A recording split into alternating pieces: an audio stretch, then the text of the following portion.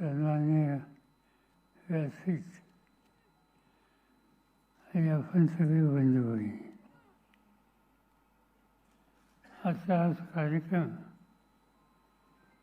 एक लक्षात राहणारा असा हा आजचा कार्यक्रम आहे. संजय राऊत यांनी जे काही 100 दिवस अर्थात या माहीत असलेल्या जेलमध्ये घालवले आणि तिथले सगळे अनुभव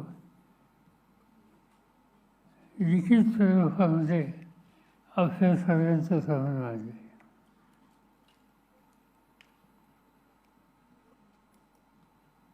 कुणी गुन्हा केला असला, त्याचा केस झाली असेल, त्याचा निकाल लागला असेल, तर असं संकट काही लोकांच्या येत असतं. पण संजय राऊतांनी काय केलं होतं? संजय राऊत नेहमीच सामनामध्ये जी लोक भूमिका मांडतात ती आपल्या स्वभावाला मांडत होतात. ती त्यांची लेखणी काही लोकांना पचत नव्हती, ते अस्वस्थ होते, बहुतेक संधीची वाट पाहत होते आणि त्यांना संधी दिली स्वतःचा ही एक जी वस्ती आहे त्या प्रकरणात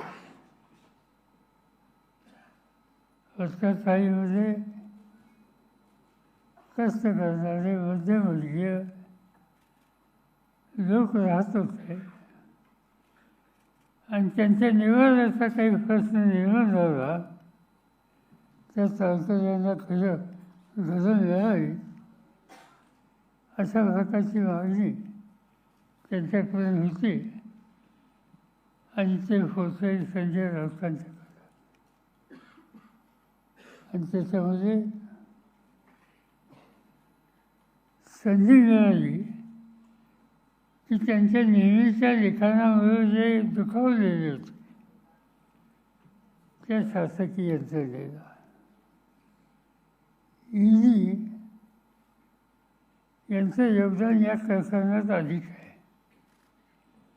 आणि ईडीने जी केस केली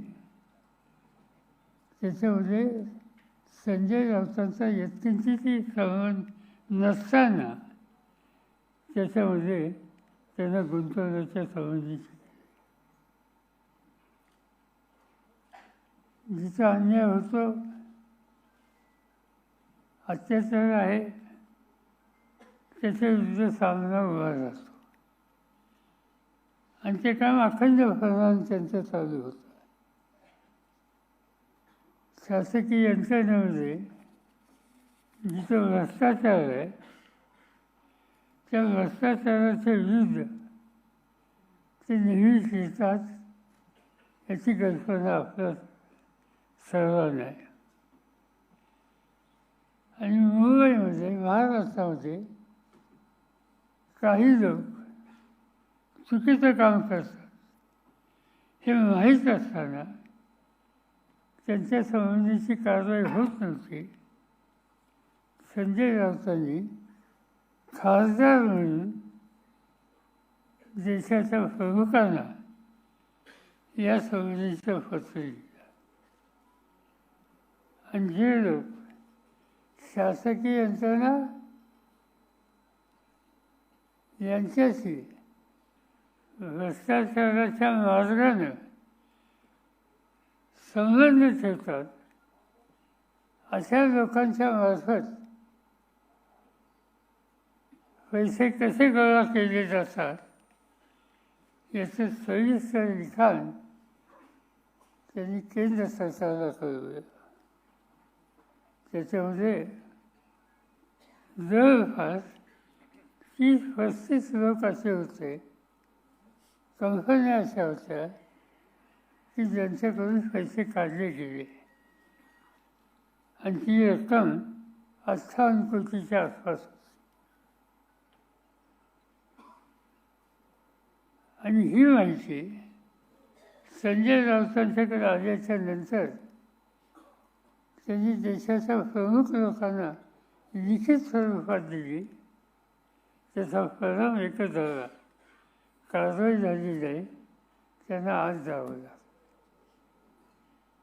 त्यांना अटक करण्यात आली, 100 दिवस त्या ठिकाणी राहता आलं आणि त्यांनी हे पुस्तक लिहिलं. त्यामुळे आम्हा लोकांना, अनेकांना ते वाचल्यानंतर कळेल की तिची स्थिती काय आहे. आणि ती स्थिती ही निश्चितपणानं दुरुस्त करायचा विचार आज न उद्या हा आपल्याला करावाच लागेल. त्यांच्या जेलमधल्या सगळ्या आठवणी आणि अनेकांची भेटीगाठी, त्यांचा अनुभव हा लक्षात येणार आहे. एकनाथ खडसे आमचे सहकारी होते. त्यांचे जावई हे इंग्लंडमध्ये होते. टाटा कन्सल्टन्सी या संस्थेमध्ये मोठ्या जॉबवर होते. खडसेंच्यावर इथं काहीतरी तक्रार झाली, त्यांना त्रास होईल असं कळलं आणि त्यांचे जावई लंडन सोडून इथं आले. आणि इथं आल्याच्या नंतर ईडीने त्यांना अटक केली. त्यांचा काही संबंध नव्हता. त्यांना अटक केली आणि त्यांना तुरुंगवास त्या ठिकाणी आला. अनेक लोक त्या ठिकाणी होते. अनिल देशमुख इथं आहेत. अनिल देशमुखांच्यावर एका शासकीय अधिकाऱ्यांनी तक्रार केली, त्यांनी 100 कोटीचा भ्रष्टाचार केला. आणि शेवटी केस जी कोर्टात गेली, त्याच्यामध्ये 100चा आकडा गेला, त्यातली 2 शून्य गेली आणि 1 कोटीचा भ्रष्टाचार हा त्यांच्यावर आरोप केला गेला. आणि आरोप करणारे जे लोक आहेत ते अधिकारी असे होते की राज्य सरकारने भ्रष्टाचाराच्या संदर्भात त्यांच्या संदर्भात काही कारवाई केली, पण त्यांना राहावं लागलं त्या ठिकाणी. अशी अनेक नावं सांगता येतील. भूषणचा उल्लेख या ठिकाणी केला, पण मला एका गोष्टीची गमत होती की सगळी मंडळी त्या ठिकाणी त्रास होता, पण कधी नमले नाही, एकत्र राहिली, एकमेकाला धीर देत राहिली आणि त्या माध्यमातून त्या सगळ्या संकट असून ते बाहेर कसं निघताल या संबंधीची काळजी केली. हे पुस्तक प्रसिद्ध होणार आहे हे गेले 2 दिवस आपण वाचतो, टेलिव्हिजनवर पाहतो. मला आश्चर्य होतं की सत्ताधारी पक्षाच्या लोकांना ते पुस्तक अजून न वाचता कसं समजलं मला माहिती.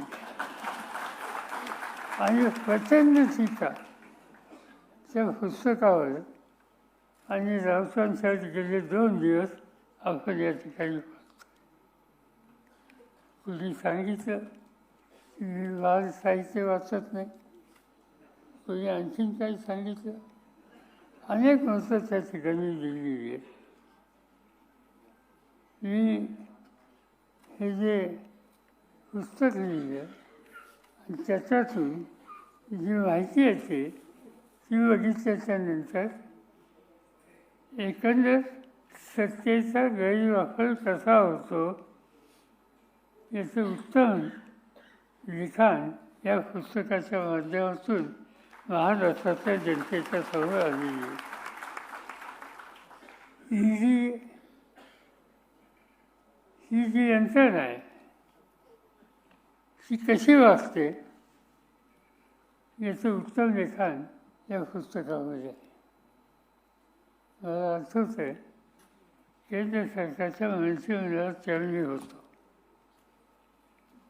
चिदंबरम आमचे सहकारी होते आणि चिदंबरमने कायद्यामध्ये कशी दुरुस्त करायची आवश्यकता आहे यासंबंधीचा प्रस्ताव हा मंत्रिमंडळाच्या समोर आणला. तो वाचायच्या नंतर मी डॉक्टर मनमोहन सिंगांना सांगितलं की हे जे प्रस्ताव आहे हा अत्यंत घातक आहे, हा आपण करता कामा नये. त्याचा उल्लेख या ठिकाणी केला गेला की जो हा गुन्हेगार म्हणतो, पोलीस म्हणतात, ईडी म्हणतात, त्यांनी स्वतः मी गुन्हा केला नाही हे सिद्ध करत आणि त्यासंबंधीची तरतूद ही कायद्यामध्ये प्रस्तावित केली. मी स्वच्छ विरोध केला की हे करू नका. उद्या राज्य बदललं तर त्याचा परिणाम आपल्याला सुद्धा भोगावा लागेल. पण ते ऐकलं गेलं नाही, राज्य केलं आणि पहिली ॲक्शन ही चिदंबरम यांच्यावर घेतली गेली, त्यांना अटक केली गेली. सत्तेचा गैरवापर त्या ठिकाणी झाला आणि विशेषतः विरोधकांच्यावर अशा केसेस ह्या अधिक केल्या जातील ही शंका माझ्या सरकारला होती. आता हे जे काही लिखाण केलं त्याच्यामध्ये राऊतांनी 2 राजवटीचा उल्लेख केलेला आहे. एक इंडियाच्या काळात आणि नंतर UPAच्या काळामध्ये. आणि ईडीने कोणत्या पक्षांच्या केसेस केल्या याची माहिती दिली. NDAच्या काळामध्ये 19 जणांच्यावर कारवाई केली होती. UPAच्या काळामध्ये 9 लोकांच्यावर आरोपपत्र दिलं, अटक कुणालाही केली गेली नाही. पण NDAच्या काळामध्ये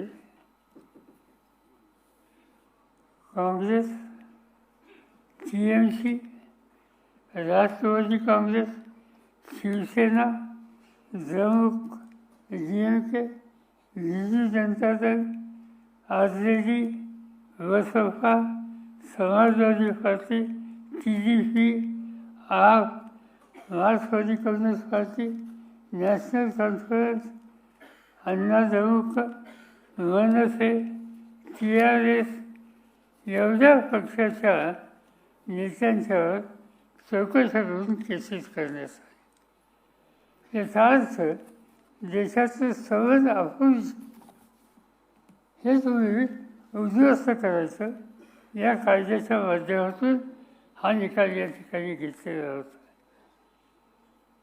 आणि त्याचाच परिणाम अनेकांना त्या ठिकाणी सहन करावा. माझं एवढंच मी विचारत होतो आहे हे पुस्तक वाचल्याच्या नंतर कधी महाराष्ट्राच्या किंवा देशाच्या जनतेनं देशात परिवर्तन केलं तर पहिलं काम हे करावं लागेल की मूलभूत सामान्य माणसाचा, राजकीय पक्षाचा जो अधिकार आहे तो या ईडी कायद्याचा आधार घेऊन उद्ध्वस्त करायचा.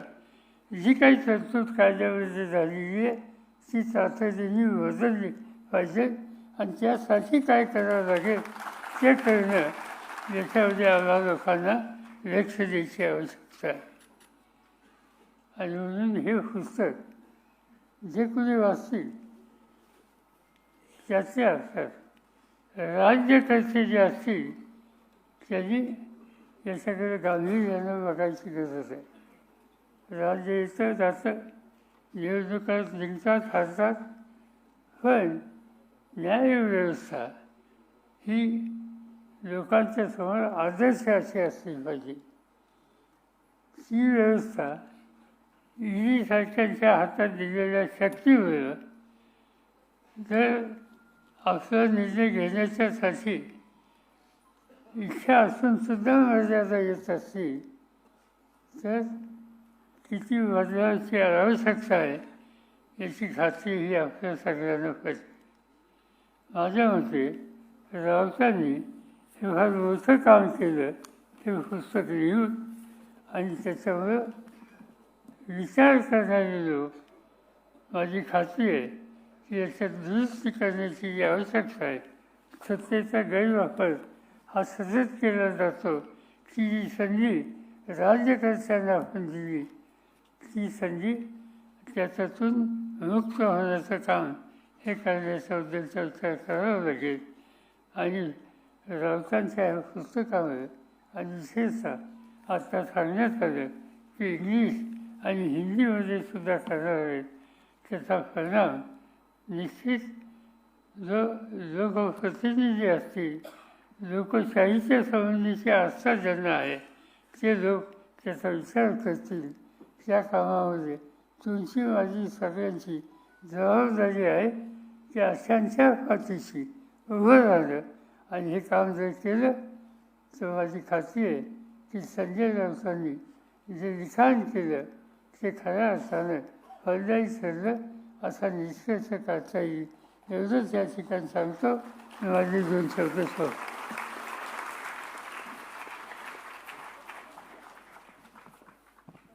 धन्यवाद पवार साहेब. खरं तर पुस्तक वाचल्यानंतर आपल्याला असं कळेल किंवा पुस्तक वाचल्यानंतर तुम्हाला सकारात्मकता कळेल असं आम्ही सारखं म्हणतोय, पण मला